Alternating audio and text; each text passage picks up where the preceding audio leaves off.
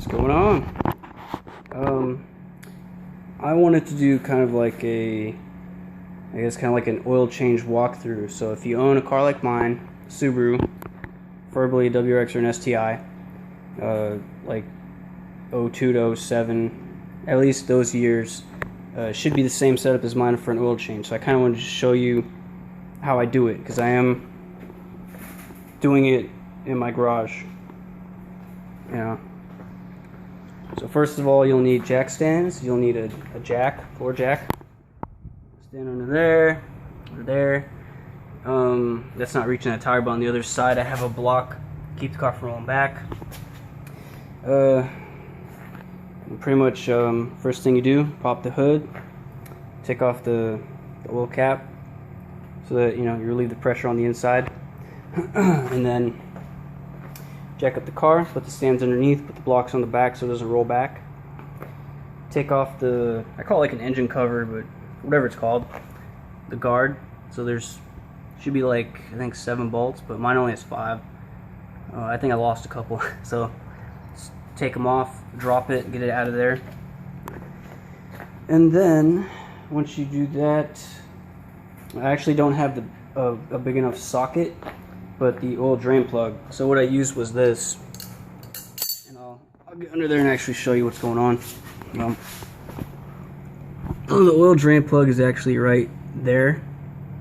So I undid it. I had this pan underneath. I caught all of it.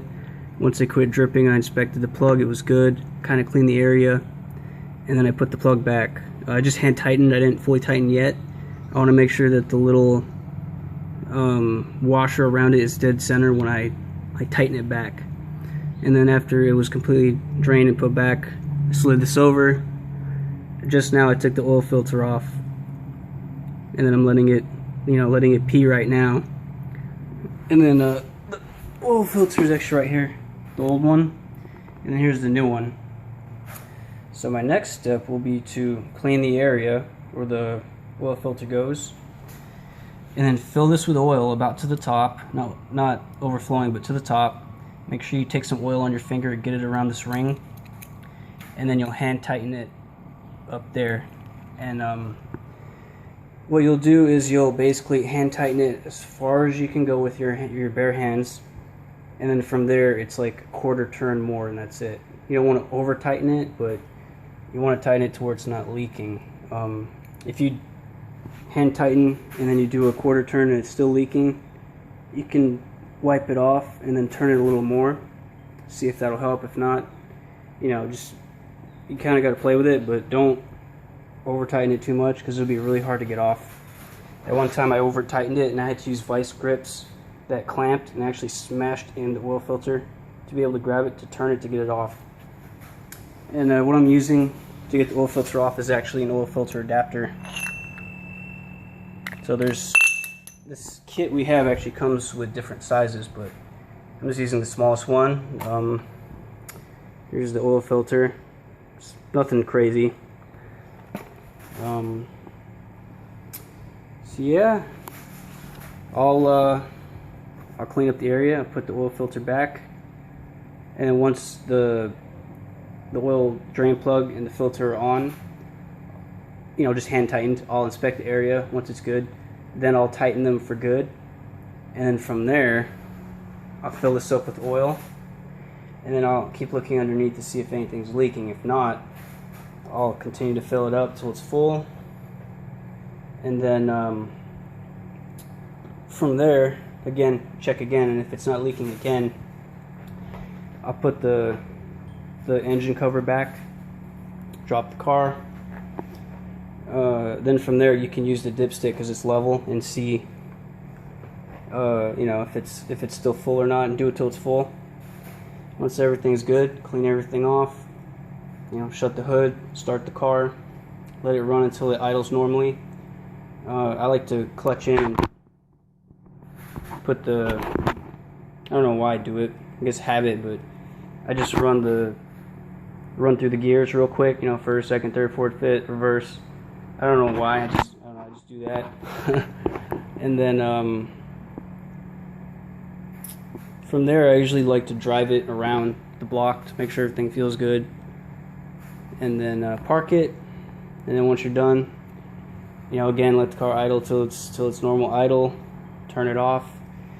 Go in and eat, shower, whatever. Come back a couple hours later when the car's cooler, and check the level again and make sure it's good. And if you want, you can even wait till the next day and again check the level and make sure it's good. But you want to do it once the car's had time to cool off. You don't want to do it, you know, as soon as you park somewhere after you've been driving where it's hot. You want to wait till it's cool and level. But you do want to drive around a little bit first before you let it cool off. And that's pretty much the basics. I mean, jack up the car, oil plug, oil filter. Make sure you take the cap off.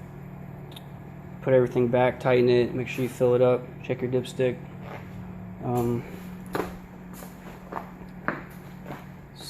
So we got a bunch of oil filters. That's where we keep the oil filter adapter. This is actually the, right here. So 5W30, fully synthetic.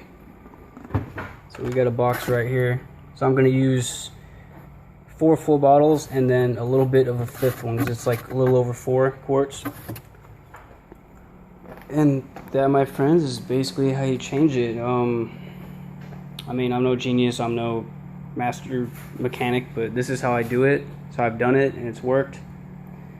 Just again, be sure not to over tighten the oil filter, and make sure when you take your oil drain plug out that you do check it. Make sure that it's not leaking, that the seals are good, that the little, what do you call it, washer on it is good and not messed up.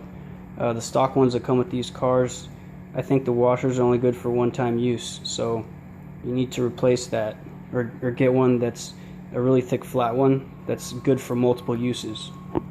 And you may be wondering, why the heck did I jack the car up so high and only on one side? Why didn't I jack it up flat, but you know, up? And I did that because the way the oil pan is made, the plug is on this side, so when you tilt it, the oil tends to drain out a lot easier. I don't know if you guys noticed that. I don't know if you've ever been under the car and seen it before. See, the plug is on that side. So by lifting it up this way, just on one side of the car, again, have your jack just for safety. I even got a jack in the back just in case. But when you lift it, as soon as you pull that plug, it's going to dump the oil a lot more. So that's the only reason. Yep. And then might as well check out the underside of my car,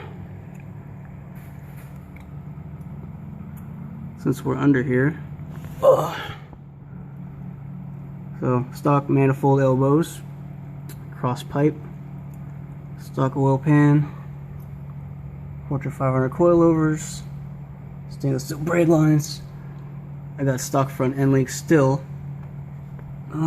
Stock sway bar. Let's see, where's the external wastegate? There's my up pipe, crank speed up pipe. You gotta go further. Ugh. I'm like wiggling on my head and back right now. Okay, there's the dump tube. I don't know if you can see. Here's the external wastegate and my exhaust.